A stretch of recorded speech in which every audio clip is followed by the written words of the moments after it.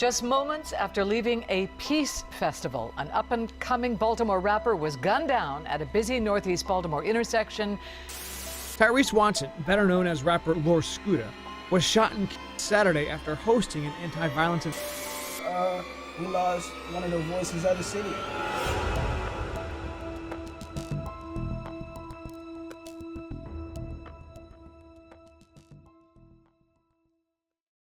Early Saturday evening, June 25th, 2016. Tyrese Watson, aka Lur Scuda, left the charity basketball game he helped to host at Morgan State University, an event explicitly about nonviolence. Minutes later, around 7 p.m., as he drove east on Moravia Road towards the Hartford Road intersection, a man stepped off the curb and opened fire into the driver's side. Witnesses told reporters the shooter wore a white bandana and approached on foot, choosing a busy crossroad while Scoota's car was stopped in traffic. He just had a white t-shirt over his head, and he was backing up, walking backwards, and he fired 7 shots. And then he jumped into a green vehicle. And the next thing you know, I'm ducking and running. It was unbelievable. Something like you would see in the movie. It's sickening. It disgusts me. He could have killed an innocent bystander. Bullets do not have a name. The vehicle rolled forward after the shots, and a 23-year-old was rushed to the hospital, where he was pronounced deceased. Police immediately characterized the ambush as targeted. The vehicle is showing up there, making a U-turn. Was facing this direction on Cold Spring, headed towards Moravia and Hartford Road. The suspect again makes the U-turn. They're stopped at a red light. And we want people to concentrate on this van.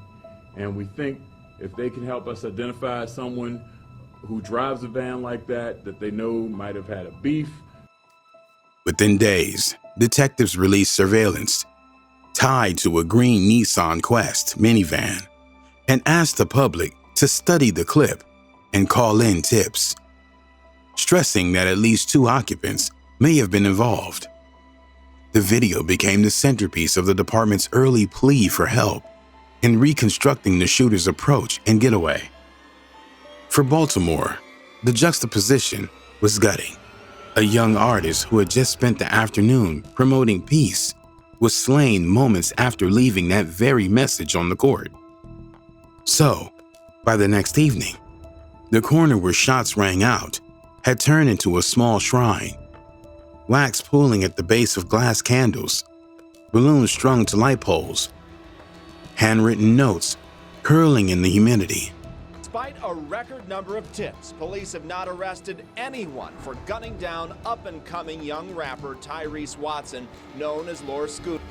Baltimore's grief spilled both online and into the streets. Hundreds gathered for a candlelight vigil, hosting tributes where police formed lines to manage the crowd. He represents this area, the hood, period. Everybody that's standing here, he represents all of us.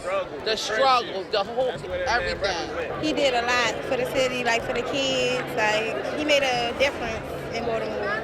So, like, it's hurtful, like, it's real painful.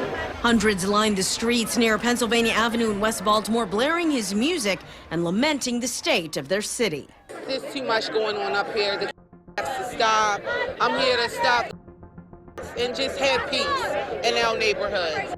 Unfortunately, by the night's end, multiple people had been arrested. Start off tonight with breaking news: heavy police presence in West Baltimore after hundreds gathered following a vigil to remember a local rapper that was shot and killed over the weekend. A city councilman put out a statement. I am saddened to hear about the senseless passing of Tyrese Lur Scuda Watson.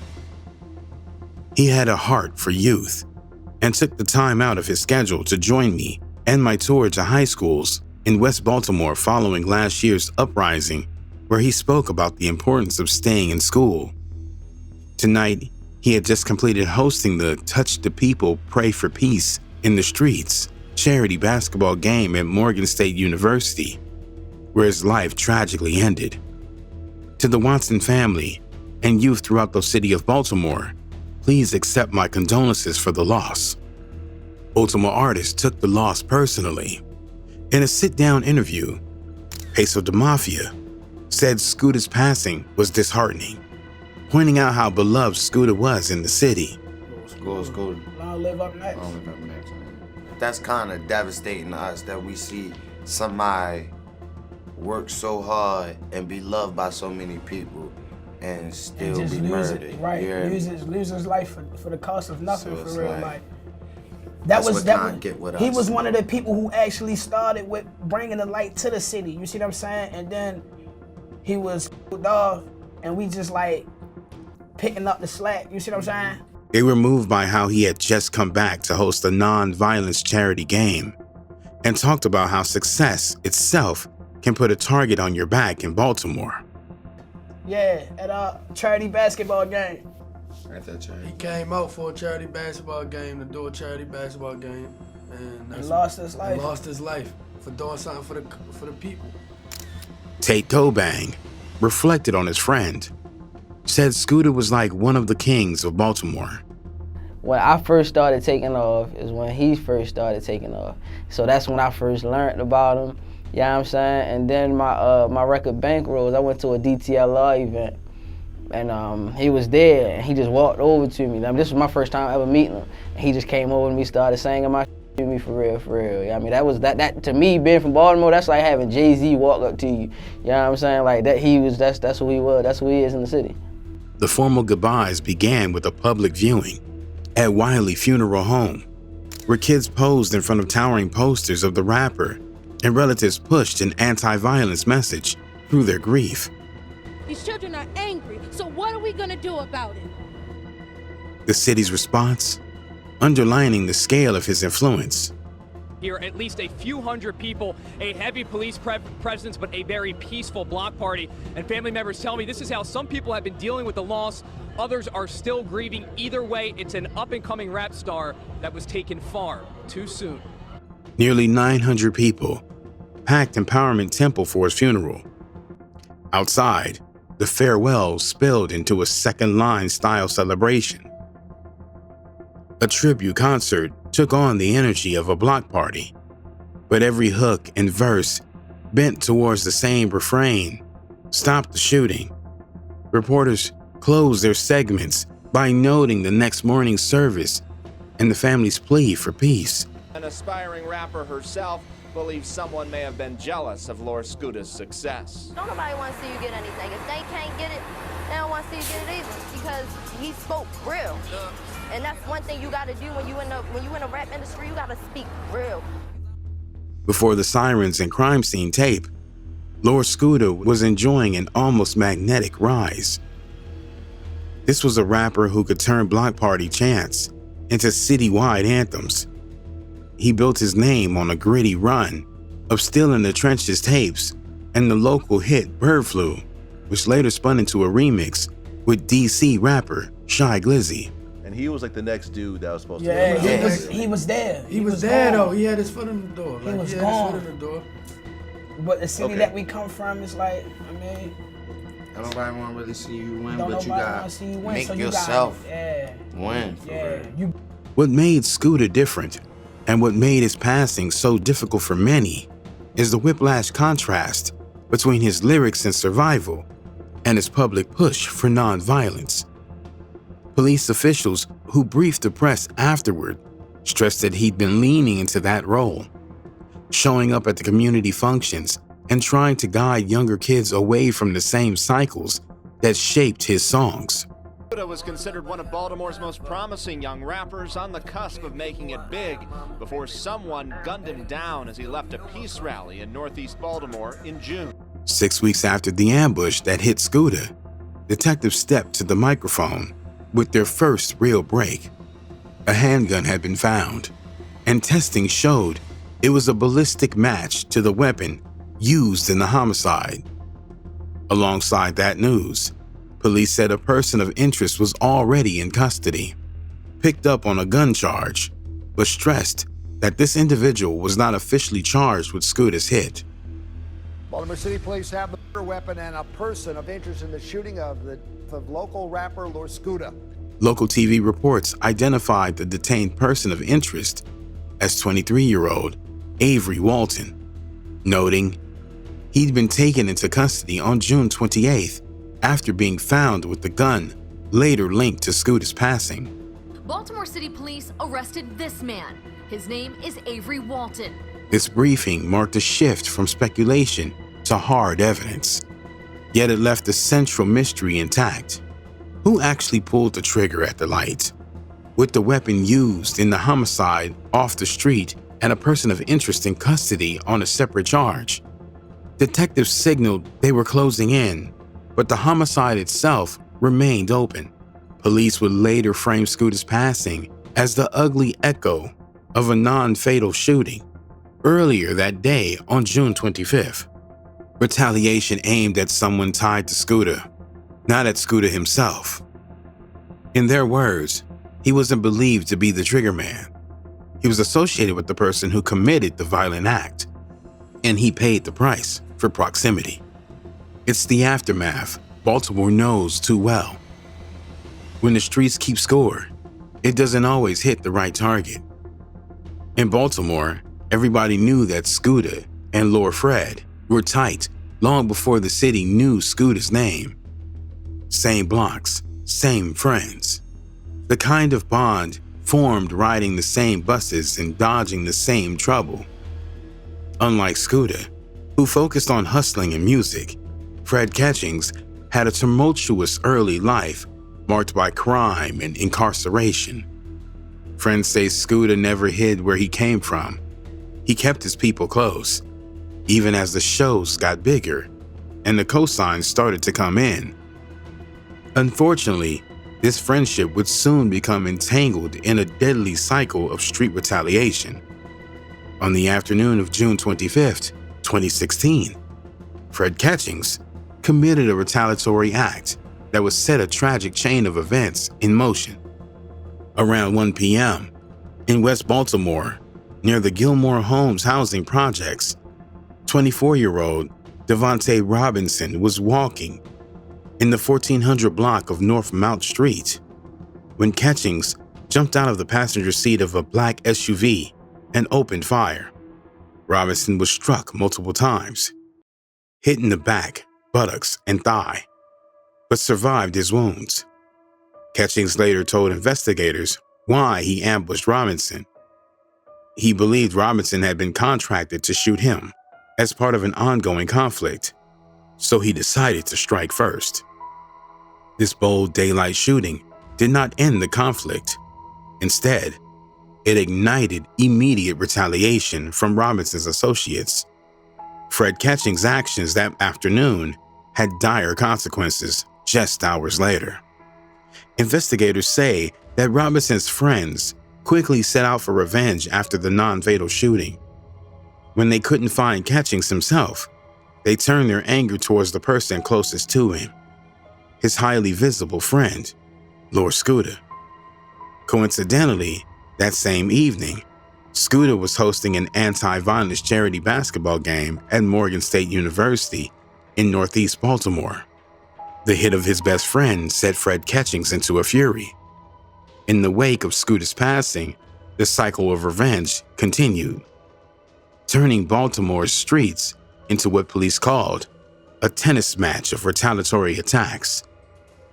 According to court documents and police accounts, Catchings, and possibly his allies, launched their own retaliatory campaign against those believed responsible for Scoota's passing. Over the next few months, multiple shootings were linked to this feud. The two men were killed 11 days apart. Police now say a familiar cycle in Baltimore's plague of is involved: retaliation. Trayvon Lee was fatally shot in broad daylight last evening outside his family's Northwest Baltimore home. Lee is pictured here on the right with the rapper Lur Scuda. Lee was his business manager.